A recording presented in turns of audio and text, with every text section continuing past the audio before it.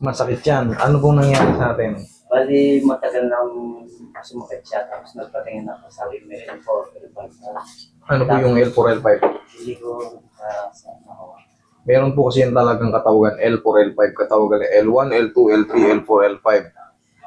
Wala pong nabanggit na mga spondylosis, spondylosis disease, desiccation. Basta lang sinabi L4, L5. Yun nga po, ito po yung L4, L5. Ibig sabihin L4, L5 yan yun. L1, L2, L3, L4, L5. Ayan, ito yung L4, L5. Up and down ng basa dyan. Tapos, yung uwi ako nung isang linggo, dalawang linggo na, nagtatali ako ng baga. Pag tayo ako lumuguto, Yun na yung sa pinakamahirap. Ibig sabihin nun, gumalaw na yung tinatawag nating facet joint or facet dito. Pero wala kang opera before. Pero Ano ho yun? bali sa Petiset sa Galgal. Kailan yung pinakahuli? May. Itong May lang? Naku po, fresh na fresh ka pa. May pa lang ngayon eh. Plus, Oo po, tingnan ko ha. Oo. Sakit? Last year ka po ba? Last year ba o ngayon? May pa lang ngayon. hindi, last year. Last year po. Hello, no, kasi bagong butas yan, may pa lang ngayon, maaring magdugo yan pag ginalaw natin. Siyempre ako, hindi ko kayo pakikialaman hanggat hindi ko natitest ay nag-check. Kasi isa rin yan sa mga magpapalala sa atin ng sitwasyon. Pag yung bagong opera mo natabig yan, siyempre, sa labas okay lang, walang dumudugo, pero yung sa loob. Last year pa pala eh. Kala ko ngayon lang, May pa lang ngayon. Sige. Okay lang yan, karatihin na natin. Tuyo na yan. Pero siyempre, nung binanggit niya May, wala. Talagang tutusukin ko yan. Pag sumakit yan, out. Kaya pala wala naman sakit eh. 1 taon na pala eh. Relax na. Yan, dyan yung umaasahan kahit papano sa mga assessment natin para hindi kayo ma-double damage. Tanggihan ko man kayo, makakabuti sa inyo kasi pababalikin ko kayo hanggat sa yung duration ng ano. Pero syempre, may gagawin ako yan, dadayain ko, explain ko naman sa inyo kung paano gagawin. Tapos, obserbahan nyo kung nakatulong. Okay? Ganun lang naman yun. Higa kang patagilid, sir. Sige, bitaw mo muna yung mga maiipit.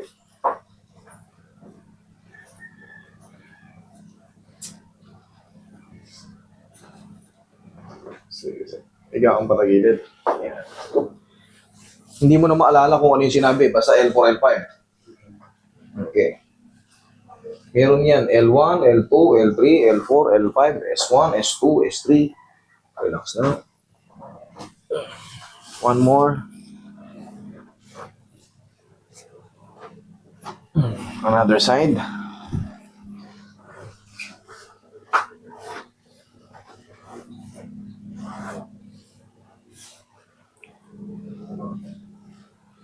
Yan, relax na.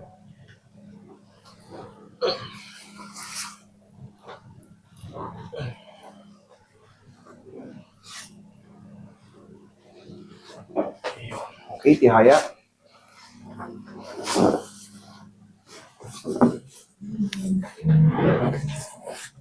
Relax.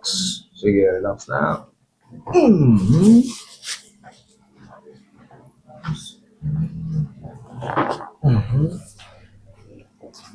Dapa. Dapi. Mamaya parang nagdahilan lang yan.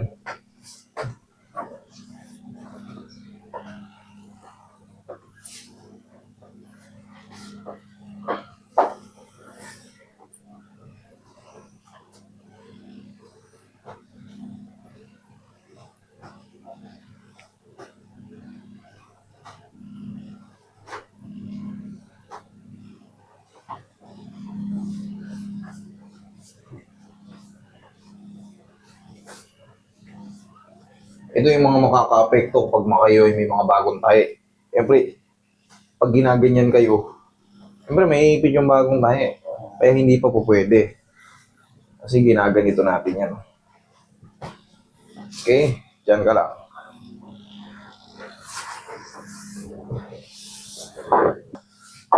Parang maliit lang yung hiwa eh. Kaya, sir, Yeah. Yung iba talagang wakwak talaga eh. Yung dating operation. apat na butas lang. Ngayon, ano na lang eh, parang butas-butas lang ng pain. Okay po. Ayan, lagay sa tiyan yung kamay. Ayan. Relax na. Inhale. Exhale. Yan lang muna. Huwag tayo. Ayan, in a few seconds lang.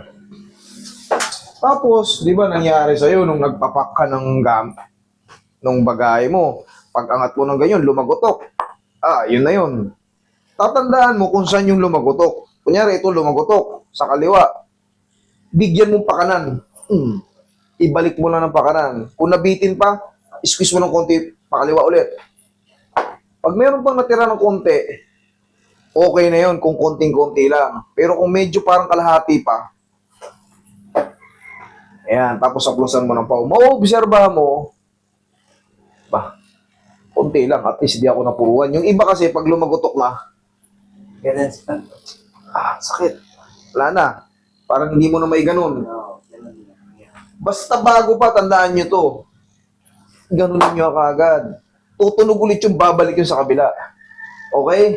Sabihin na natin talagang medyo masakit. Hindi kayo makaganon, sumandal kayo sa pader. Ayan ang pader. Kasi talagang totoo yan. Nangyayari talaga yan. Pilitin nyo. Sasaplusin nyo ng pau. Lalo yung mga nasa abroad. Kasi walang tutulong sa inyo dyan. Pagka kayo nasa abroad. Hanggat maaari, binidemo ko para hindi kayo mataranta kung mangyari man sa inyo. Tsaka palagi pagising sa umaga, yun lang. Okay? Tandaan niyo yan. Okay? Upo ka, sir.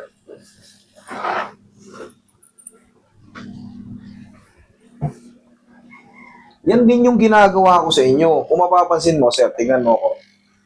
Di ba nakahiga ka kanina dyan, nakaganito ka? Yan din yung, Yan din yung, higa, Yan din yun. Ang kulang lang dyan yung traction, tapos yung full body massage. Pero ito kasi secondary na lang yung mga full body massage. Secondary na lang to. Para mas magaang yung katawan nyo, pati mga spice mask ang tanggal. Pero kung sarili nyo nga lang, para alam nyo yung remedy pag nangyari yun. Hindi kayo magiging severe. Hindi yung nasa abroad kayo, as ang tagal pa ng kontrata nyo, inabot na kayo ng ganito. Pag uwi nyo rito, lumpo na kayo. Manhid na yung mga legs nyo. Para yung mga simpleng galaw natin, alam na natin yung kasunod. Paano maaalis.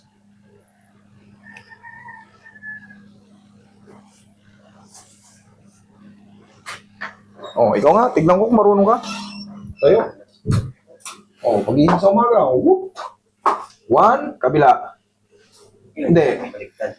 Tama na yung kanina eh. Ito naman, 1, 2, 3. Yun! Check mo yun. Upo ka, tayo, bigla, tingnan mo. Tingnan mo yun. Parang nagdahilan lang yan. Ayos na. Sabi ko sa'yo, napakadali lang. Yun nga yung tinatawag na facet joint. Sabi mo nga kanina, di ba, yung pag nagpakamay lumagotok, parang hirap i-diretso yan. Pero pag ako nag-focus yan, straight. Sige. Sige.